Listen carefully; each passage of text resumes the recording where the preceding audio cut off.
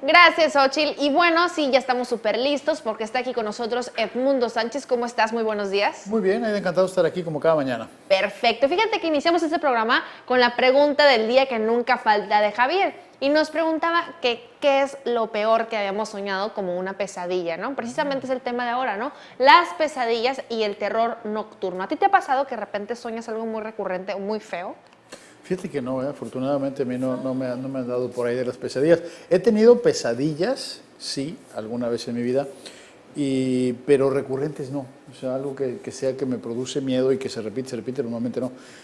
Tengo algunos sueños recurrentes, pero no son pesadillas. O sea, tengo recurrentes, pero no pesadillas. He tenido pesadillas, pero no recurrentes. He tenido los Claro, dos, ¿no? De todo un poquito. pero no lo mismo.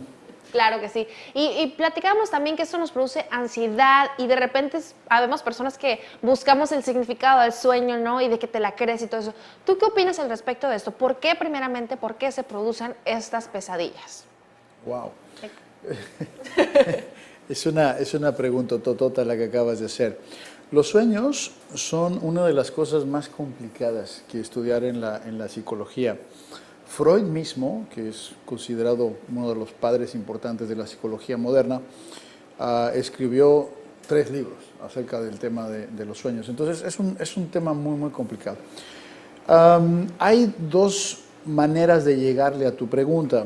Una es desde el folclore, desde lo esotérico, el otro es desde lo académico en la psicología. Y existe un pequeño traslape, existe una parte en la que más o menos se pondrían de acuerdo, pero en general son 2 vertientes muy distintas. En esta parte de lo esotérico se ha tratado desde toda la vida de generar como diccionarios simbólicos de interpretación. Esos diccionarios tienen una utilidad hasta cierto punto, porque mientras el sueño sea arquetípico, y los arquetipos son como moldes que traemos prefabricados en la conciencia, el arquetipo del héroe, el arquetipo de la bruja, de la madrastra mala, el arquetipo de la princesa en peligro. Es una serie de arquetipos, de imágenes que tenemos a nivel de conciencia y que de alguna manera son como una especie de personajes que vivimos. Entonces los sueños son muy arquetípicos, ¿no? O sea, hay una situación de peligro, hay una situación de muerte, hay una situación etcétera. Entonces, más o menos coincidimos en la psicología académica con la psicología, digamos, o la interpretación esotérica de los sueños, que hay ciertas interpretaciones arquetípicas que pueden considerarse más o menos constantes, más o menos. Por ejemplo, el agua o la muerte.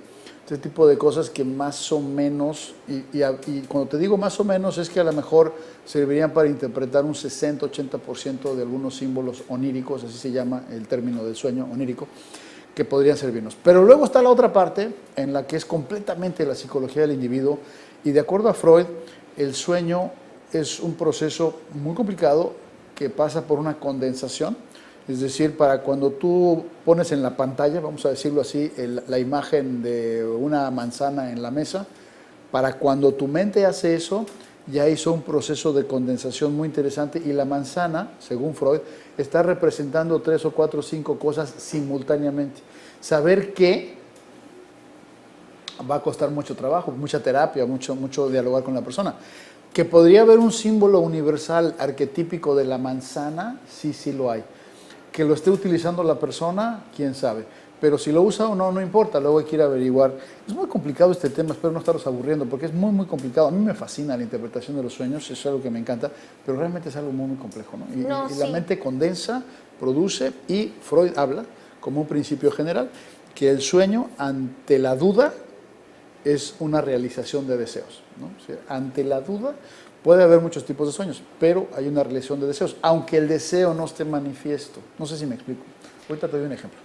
Muy bien. De alguna manera existe, como tú dices, un sinfín de interpretaciones que le podemos dar a un sueño. Tan fácil es meterte al internet y decir, ¿qué significa soñar que se te caen los dientes? Que es lo que yo practicaba, que sueño mucho que se me caen los dientes, ¿no? Y de alguna manera dice que por ahí hay sensibilidad y que algo va a pasar y todo eso. Hay personas que se clavan con esas situaciones, pero dices tú que no nada más representa una cosa, ¿no? Puede representar bastante. Y hay personas que ni siquiera creen en eso. Por supuesto, y están en todo su derecho, porque realmente es complicado, interpretar un sueño es complicado, Y curiosamente, los mejores interpretadores de sueños no siempre son los psicólogos, sino son las personas que son más sensibles, que son más intuitivas, ¿no? Es algo muy curioso, es como un trabajo pues, básicamente esotérico. Entonces, es un tema muy complicado. Ahora, te decía, para Freud, el sueño siempre es una realización de deseo, aunque no esté manifiesto. Y te voy a dar un ejemplo que está en sus libros. Él tenía una paciente que tenía 2 sobrinos, se le muere uno y después a los días sueña que se muere el otro. Entonces, cuando Freud le dice que el sueño es una relación de deseos, pues se escandaliza, porque dice, usted me está diciendo que yo deseo que se muera mi sobrino. Y le dijo, bueno, esa es la intención del sueño, ahora hay que averiguar por qué. Y platicando, descubre algo muy interesante. Descubre que en el funeral del primer sobrino, se encuentra con un tipo que le gustaba, que había dejado de ver hace muchos años.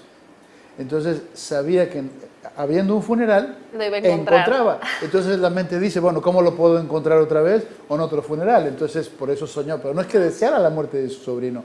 Lo que deseaba la mente inconsciente era el encuentro con esa persona, ¿no? El funeral se ve de pretexto. Entonces eso es un ejemplo de cómo puede estar manifiesto el deseo. O sea, hay una pulsión, diría Freud, por crear una realidad o crear un incidente que satisface algo y que no tiene moral. O sea, finalmente a la mente no le importa que tenga que matar al sobrino en un sueño para poder conseguir ver al galán que hacía mucho tiempo que no veía, ¿no? Entonces, insisto, es un proceso muy complejo. Y ahora, ¿qué es la pesadilla? La pesadilla pues no es otra cosa que un sueño, es el mismo procedimiento. Técnicamente no hay diferencia entre una pesadilla y un sueño. Es el mismo proceso, la mente lo condensa, hace una producción. ¿Haz de cuenta como una producción de Hollywood, ¿no? O sea, se escogen a los artistas, se escogen los vestuarios, se hace la historia y después, ¡pum!, se pone en la pantalla, ¿no? Oye, no me quiero salir muy de tema con esta onda, pero no sé si viste la película esta de DreamWorks, en el que son la furia y salen todos los monitos, sí, todo eso, cómo que no. también es tema ahorita, hoy en día en las universidades, que lo pongan para analizar las diferentes emociones. Así es. Y hay una parte donde aparecen los monitos. La niña está dormida, la protagonista, y se empiezan a vestir y todo esto para actuar como si fueran sueños. Así es como sucede. Así es como sucede. ¿No? Es una película muy didáctica en muchos niveles. Así es como sucede. O sea, la mente inconsciente escoge los personajes, los empalma, porque además acuérdate que es sintética, y por eso muchas veces pasa como que era tu mamá, pero no era tu mamá, ¿no? O sea, tú sabes que esa mujer del sueño es tu mamá, pero si observas su rostro, no es tu mamá, y sin embargo sabes que es tu mamá. Eso es muy normal. Súper raro. A mí me ha pasado, ya me acordé que se llama Inside Out la película. Inside Out, correcto. Ajá, pero siempre me ha pasado que en mis sueños, en mis pesadillas, llámelo usted como quiera, pero lo sueño, nunca le puedo ver el rostro a las personas, pero sí hay una conexión emocional, digamos, que sí sé que es mi mamá, o sea, sí sé que es mi perro, pero nunca le puedo ver el rostro, Sí, por ejemplo. Es curioso. Y es algo que tú eliges, ¿no? Inconscientemente. Luego, otra fuente del sueño es los acontecimientos del día. Es muy frecuente que la mente, como para procesar, el sueño también es un procesador como de basura. Suena muy feo, pero eso es lo que es. Lo que queda pendiente en el día a nivel mental, el sueño muchas veces lo reencuadra, lo reinterpreta, lo procesa y luego lo desecha. Otra fuente del sueño son los estímulos ambientales. ¿Quién no ha soñado que está sonando el teléfono en tu sueño? Y que está sonando el teléfono de veras, ¿no? Pasan dos cosas muy interesantes con esto que tocas. La primera es las personas fanáticas, ¿no? Bueno, yo no creo que a los fanatismos les dé miedo, ¿no? Las películas de terror, pero hay quienes todavía ven películas de terror y sueñan cosas referentes a la película. Por supuesto. Y hay personas que común. es súper común, ¿no? Pero hay personas también que pasan por un día terrible, sufren, lloran, se duermen llorando y sueñan alguna construcción de cómo les hubiera gustado que haya pasado, o sueñan algo que tiene que ver referente a ese dolor. O sueñan el acontecimiento, ¿no? O sea, es muy común que sueñes un accidente, por ejemplo, después de los días del accidente, o sueñes, no sé, si te corren del trabajo, también es muy frecuente que en la noche sueñes que te corren del trabajo. O sea, es muy común repetir lo del día. La incorporación de estímulos también es algo muy frecuente. Metemos los sonidos o las voces. Hay una anécdota de Freud de un señor que tenía un tumor testicular muy grande y soñaba todos los días que montaba a caballo. O sea, incorporaba la sensación de ese cuerpo extraño entre las piernas y lo metía como un sueño. También es algo que con mucha frecuencia incorporamos al sueño.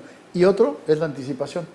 Si tú, le pasa mucho a los niños, a los grandes también, ¿no? Que dices, mañana vamos a Disney, En Ya la te noche anterior imaginas. sueñas, ¿no? Con esta anticipación. Perfecto, pues estamos hablando de las pesadillas y el terror nocturno aquí con Edmundo Sánchez.